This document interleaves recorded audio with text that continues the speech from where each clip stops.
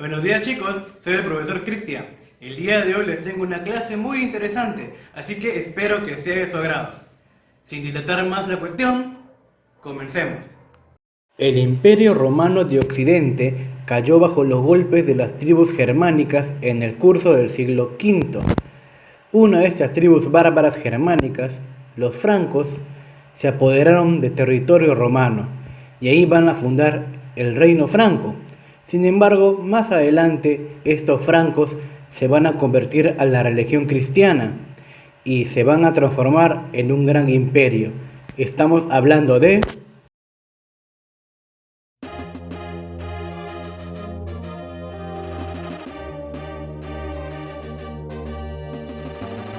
el Imperio Carolingio.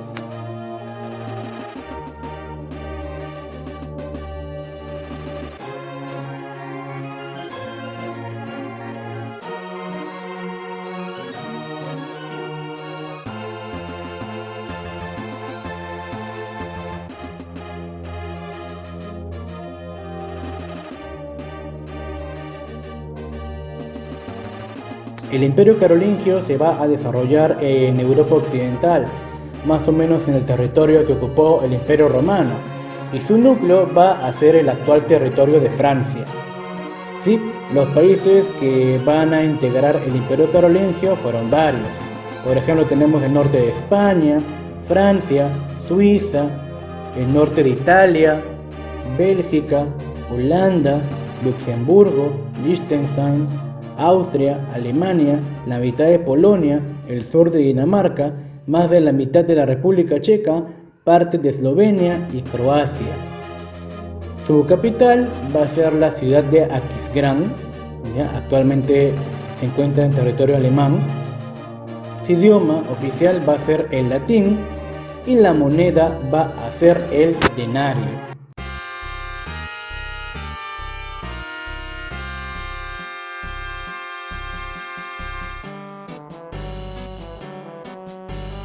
Si hablamos de los antecedentes del Imperio Carolingio, tenemos que hablar del Reino Franco, porque el Reino Franco es la base del Imperio Carolingio.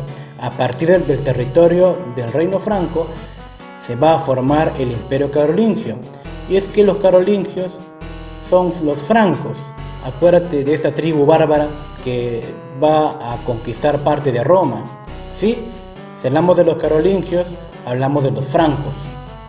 Y el Reino Franco era gobernada por una dinastía, por una familia de reyes, por un linaje de reyes, conocido como la dinastía merovingia. Esta dinastía merovingia, a sus reyes se le conocía como los reyes holgazanes. ¿Por qué eran holgazanes? ¿Por qué eran flojos? Porque ellos no reinaban ni gobernaban. Ellos delegaban el poder político, le daban el poder a los mayordomos. Los mayordomos eran funcionarios que gobernaban por los reyes, ¿sí? El último rey holgazán se llamó Childerico III. Fue el último rey de la dinastía merovingia. Y bueno, mayordomos de palacio, los más conocidos fueron Carlos Martel. Este Carlos Martel vence a los árabes que querían llegar a Europa en la batalla de Poitiers. Se dice que venció a los árabes con la fuerza de un martillo, tiene la palabra martel, Carlos Martillo. Y luego tenemos a Pipino el Breve. ¿Por qué el Breve? Porque era de baja estatura. Este Pipino el Breve le quita la corona a Childerico, derroca a Childerico III. Y él va a formar la dinastía carolingia. Pipino el Breve se preguntó si él hacía todo, si él reinaba, si él gobernaba, ¿por qué no era rey? Es por eso que le preguntó al Papa si estaba mal, si era pecado ambicionar el trono franco, sabiendo de que él hacía todo. El Papa Zacarías sabía que Pipino era un hombre muy hábil y podía ser de utilidad, podía defender a la iglesia de sus enemigos, los invasores, ¿no? Como los lombardos. Así que Zacarías le dice de que no tema, que no es pecado En pocas palabras, el Papa Zacarías autoriza a Pipino a quitarle la corona, a derrocar, a destituir a Childerico. Es así Pipino, que era solo un mayordomo, se convierte en el primer rey franco de la dinastía carolingia, su propia dinastía. O sea, la dinastía carolingia empieza con Pipino. Es el primer rey franco de la dinastía carolingia.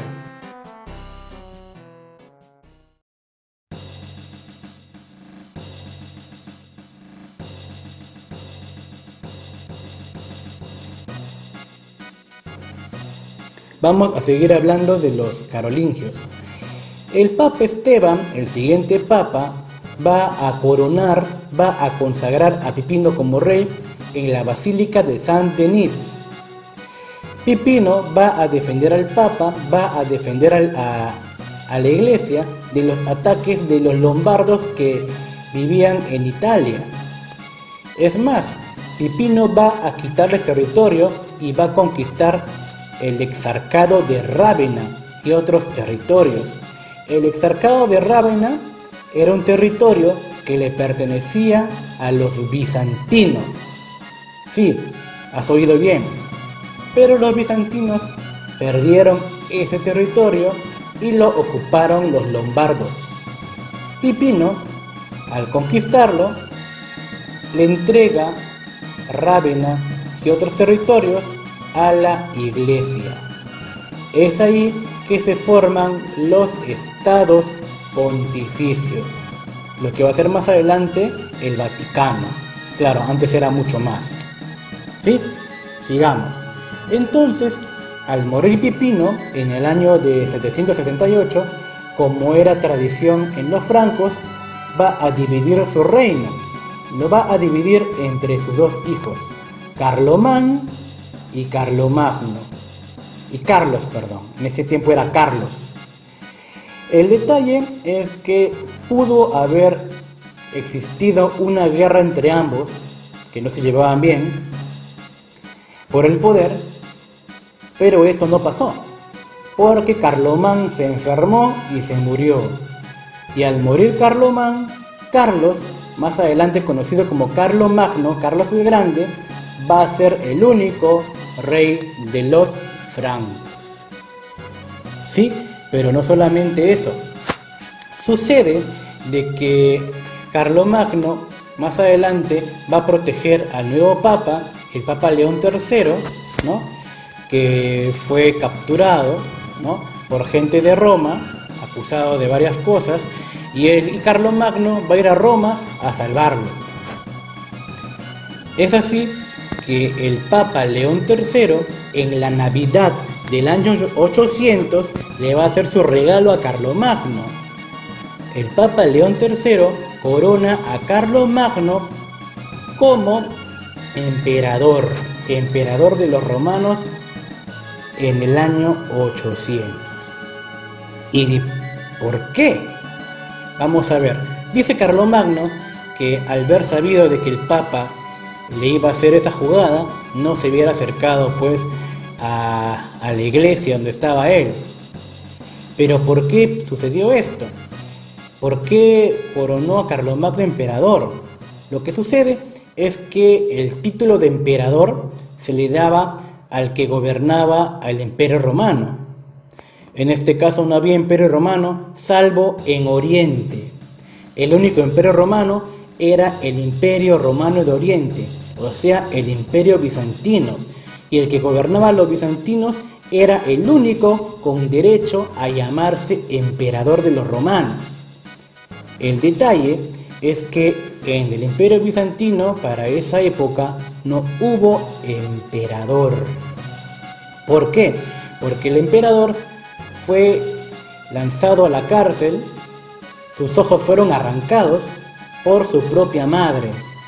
Su madre, la emperatriz Irene, tomó el reino, el imperio para sí misma y se coronó emperatriz. Para la época era algo imposible, indecible, que una mujer gobernara ella sola. Prácticamente era como si no hubiera emperador en el Imperio Bizantino.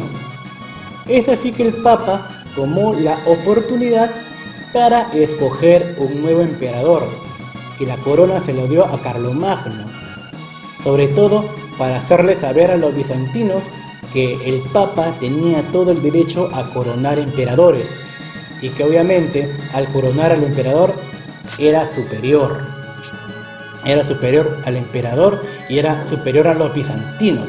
Por ese motivo el Papa León coronó a Carlomagno para decir: él es el emperador que yo he coronado y él es mío. En todo caso, Carlomagno se coronó como emperador de los romanos, aunque no le hizo mucha gracia el haber sido coronado emperador por el Papa.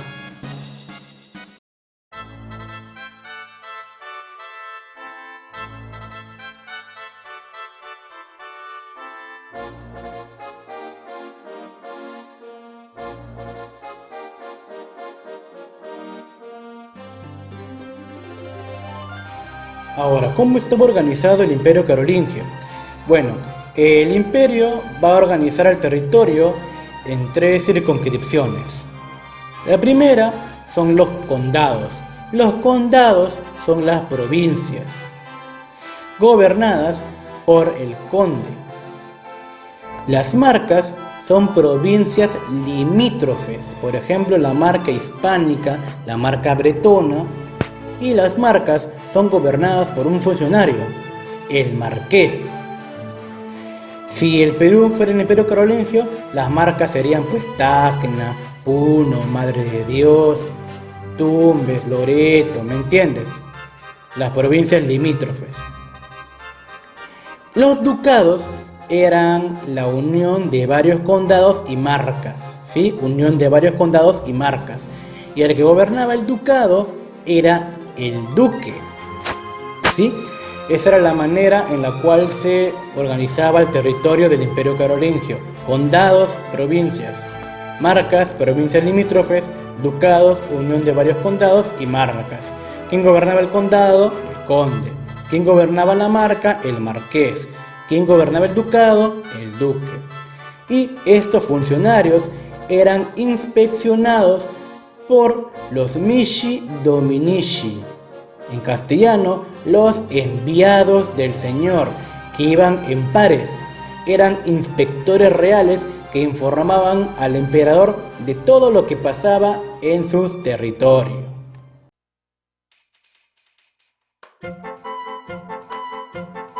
Ahora, ¿cómo se organizaba la ley en el Imperio Carolingio? Vamos a hablar de la organización judicial. Mira, la justicia se administraba de 2 maneras. Si era a los nobles, se daba a través del emperador, ¿sí? En cambio, si la justicia iba a ser impartida para el pueblo, se daba a través de los tribunales. Esos tribunales se llamaban los tribunales condales. Ojo, esto era cuando había testigos. ¿Qué pasaba si no había pruebas ni testigos? Bueno, mi estimado, se practicaba las ordalías, o también llamados juicios de Dios. Por ejemplo, tenemos la ordalía del fuego, que consiste en caminar sobre brasas de fuego para probar tu inocencia. Si caminabas por las brasas sin quemarte o aguantabas, eras inocente porque Dios lo permitía así. También tenemos la ordalía del agua, la prueba caldaria, que consistía pues en meter tu mano por 1 minuto en agua hervida. Si aguantabas es porque Dios ayuda al inocente y te permitió pues salir ileso. De lo contrario eras culpable. Igual te podían lanzar a un río amarrado en una silla, y si te ahogabas es que eras culpable pues.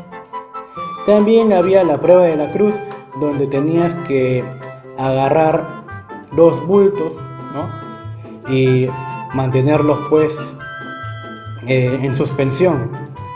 Tus brazos iban a estar pues como una cruz, soportando el peso.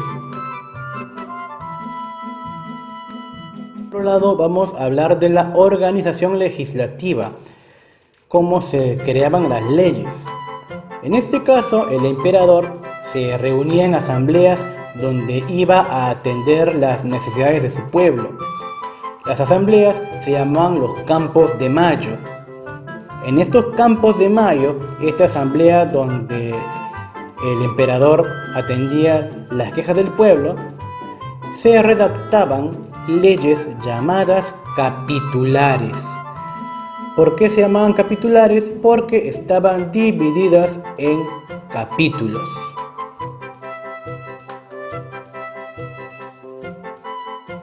Algo muy resaltante en el gobierno de Carlomagno es el aspecto cultural. El Imperio Carolingio va a resaltar por sus obras en educación.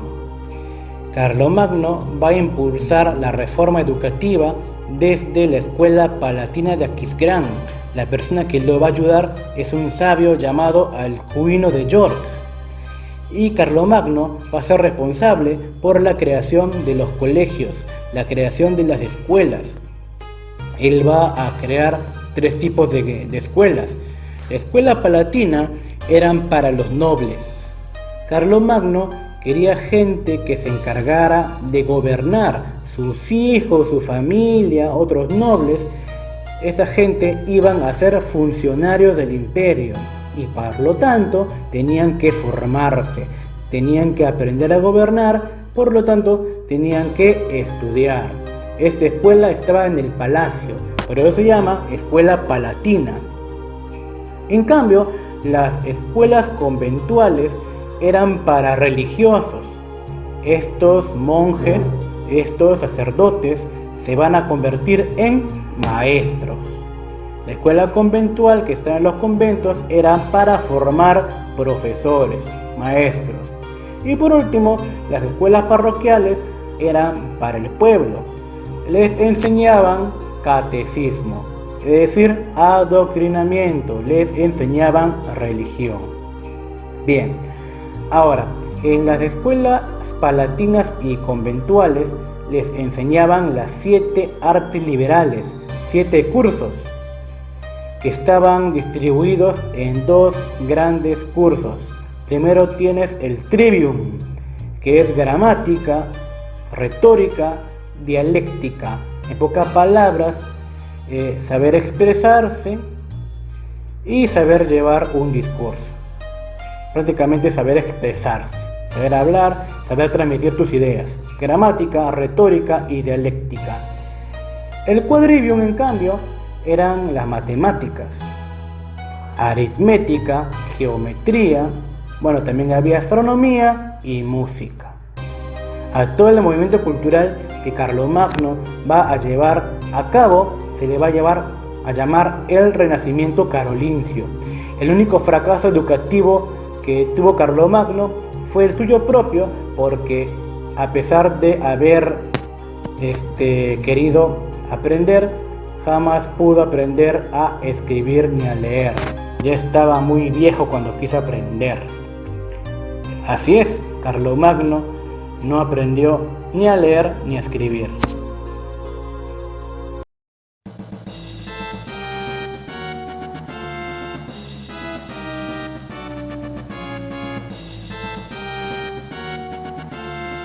Vamos a hablar del fin del Imperio Carolingio. Carlomagno muere en el año de 814. Como era tradición, el imperio se iba a dividir entre los hijos, pero 2 de los hijos murieron, así que solamente quedó uno. Carlomagno, antes de morir, comparte el reinado con su hijo Ludovico Pío, también llamado Luis el Piadoso. Y cuando muere Carlomagno, Ludovico Pío será el próximo emperador. Más adelante, Ludovico Pío intenta repartir el imperio entre sus hijos y lo habían logrado. El detalle es que más adelante Ludovico Pío se va a casar y va a tener un nuevo hijo, y al tener ese nuevo hijo va a anular, va a invalidar la repartición anterior. Y los hijos se van a rebelar. Estalla una guerra civil entre los hijos Lotario, que es el mayor, Luis el Germánico y el pequeño Carlos el Calvo. Luego Ludovico Pío va a morir, va a haber otra guerra entre los hermanos, hasta que al final van a ponerse de acuerdo y van a firmar el Tratado de Verdún, tratado por el cual el imperio se va a repartir entre los tres. Este tratado pone fin al imperio carolingio y a Carlos el Calvo le llamaban, le van a dar las Galias, que más adelante será Francia. Ahí es el nacimiento de Francia.